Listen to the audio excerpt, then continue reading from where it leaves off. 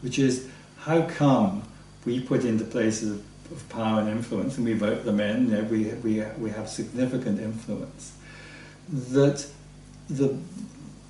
is very simple. The world as it is, if you want to make lots of money, if you're prepared to be somewhat ruthless, somewhat exploitative, externalise your costs, there is really no limit how much money you can make. Once you get a certain point, you can just keep running the process, you're going to make more and more. If you want to spend your time looking after people and the environment, it's really hard to be well paid. There are very, very few jobs and there are very few investment opportunities. So there's a society, but we're not saying, hang on, this is really odd. We're not rewarding the people who look after the environment and the people in it, because that's going to make us richer and richer. We're rewarding the people who actually exploit and abuse. I would frame it differently, but I think we're saying the same thing, right? I think the small percentages of humanity or entities on this planet that run our global systems, and we've seen power concentrate to fewer hands, and those interests don't have a concern for us. In fact, there's two major agendas on the planet. One's Agenda 21 and Agenda 30 to reduce human population. Right? So those interests, those macro interests, are not interested in a thriving, diverse human population. In fact, through robotics, AI, nanotech, we're going to see huge reductions in human population. That's why the research I've done that shows that there clearly is not an interest in the human species at the level that you and I would think there would be. There isn't. And the research I did over the last, like you've been at it a while, 15, 20 years, I came to a point where I said it's designed that way. If you look at anything anybody says, you might as well forget what they say, just look at the result, and that will tell you what they're committed to. At the moment, we have wars all over the place. America in 74 countries at the moment. But you see, the other side of that is we have more peace now than ever before. No, we don't. Yes, we do. No, we do not. We do not. 30 million Muslims have died since 2001. But you don't get that news in the mainstream. If you do, anyway, we will disagree about this one. So no, we don't have to disagree. Let's just hear each other, because chances are the source of your facts are from a different place to the source of my facts, right? That's not that we're disagreeing. Sure. I don't think we're disagreeing. Well, one thing I want to do is, earlier on you said, well, you wanted to stop for a moment over the course of this day and just... So I'd also like us just to say, how are we doing in this? Because it is such a big subject. We've got so much to talk about. And I don't know how much longer we've got. Well, you know what? I don't know if my watch is doing. Should we? What time is it? 20 to 3. Yeah, we've got about 20 minutes left. We're in an hour. We've done an hour. All right. So do you want to stop now? No, I think we're just getting started. We've taken an hour to get going. But I just want to say something, Paul. This is where I think the activists and the people that want to make a difference have to start hearing each other in the terms of their commitment. Sure. As opposed to how did you come about your evidence and stuff? Because what we've done is. So there's something I don't mean to be patronising here at all, but the Hegelian... You just can't help it. No, but I can't help it. I will anyway. But the Hegelian dialectic gets us in conflict, even when we agree what we want to achieve. We know we want a world that works for everyone. We know we want a systemic environment, systemic win, a sustainable planet. We know that between the three of us. But even us, with that commitment and that knowledge and this enlightenment, we can still argue about where the facts came, whether he's right or she's right. And to me, really, to an extent, I don't think any of that's really relevant. It's what are we going to really... We need to have an understanding in our minds of the causality. How do these things come about? Then we can really get more effective in being... Creating. Producing those outcomes. So I've found in my experience over the last 20 years, almost anything that's in the mainstream is just utter drivel, almost take whatever they say and turn it upside down. I mean, literally.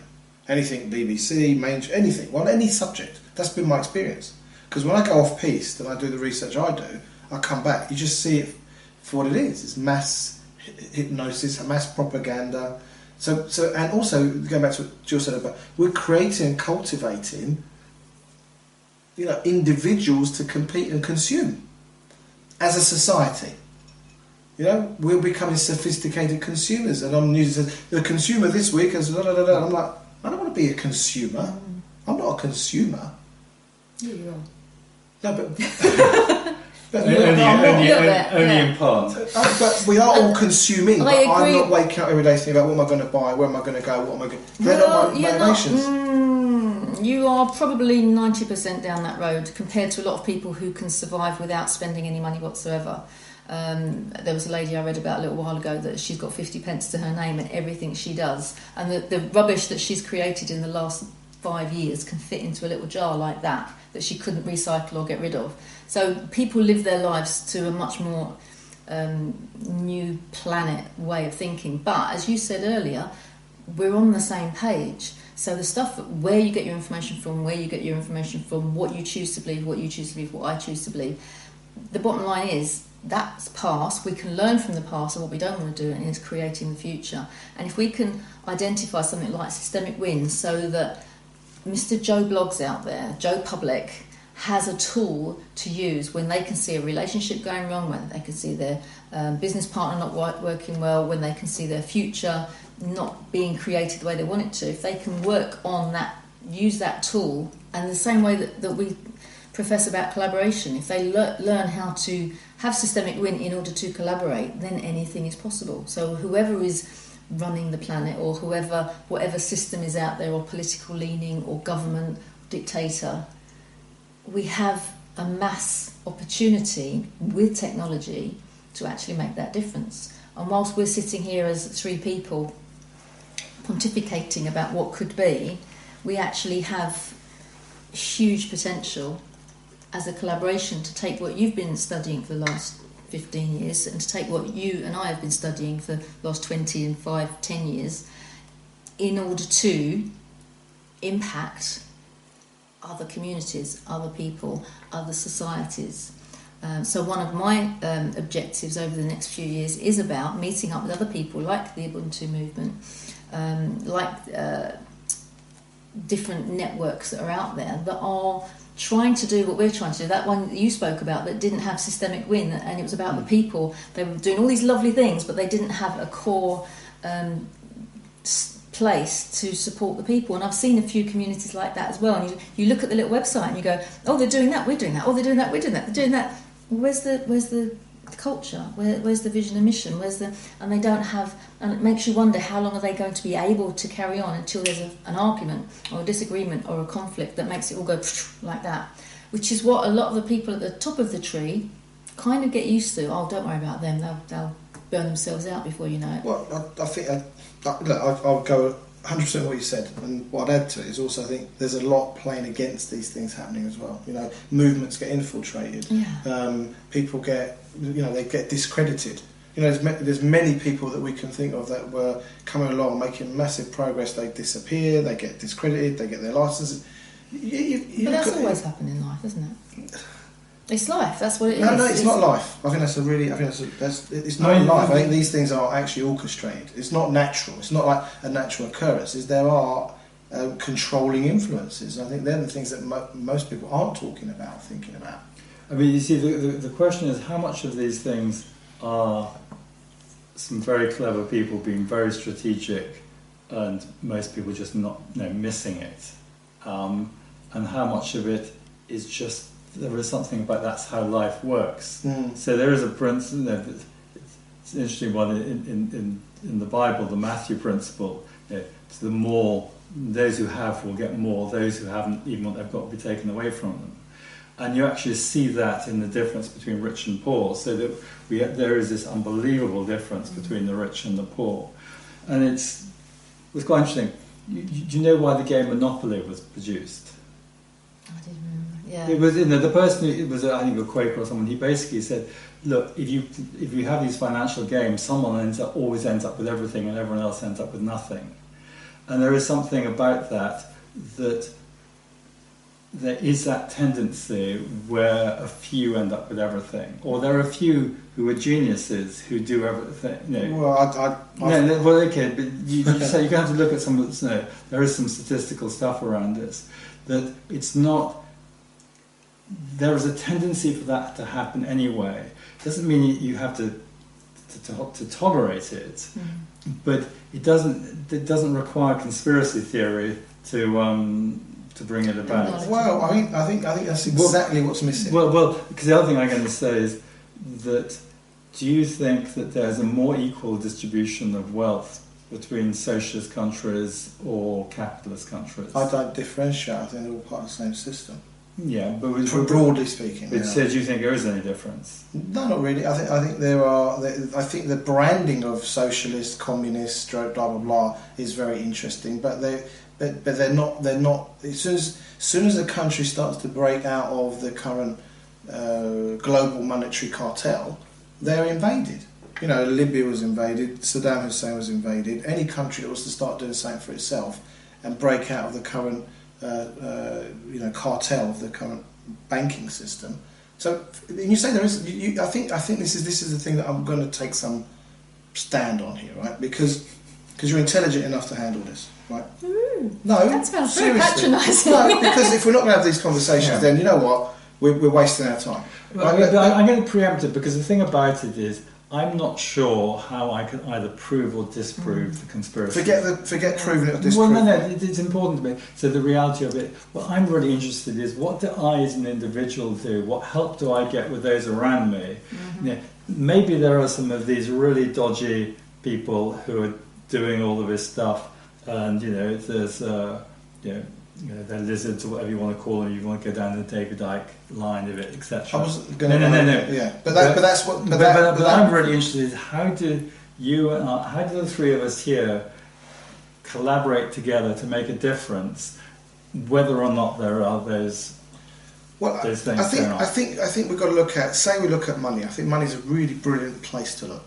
Okay, and there's a in the Be Inspired program, I use this slide over the years. It used to be 80 people, then it was 40 people, then it was 20 people, then it was 8, and I think it's like 4 people, 4, whatever, right? So the current monetary monopoly creates hoards a huge amount of wealth in very few people's hands, globally speaking, right? We this is not a conspiracy. Oxfam, you've got the Positive Money organisation. Monetary supply, monetary issuance hasn't been debated in the Houses of Parliament. It was done in November 14, first time for 170 years, right? That's not conspiracy. That's all mainstream information. I think where I would go in this modern era is I'd look at the 1913 Federal Reserve Act, where the issuance of currency was hijacked and controlled by a few over the many, by private businesses. Now, Federal Bank of England, we think of these things as state-owned. They're not. They're privately owned.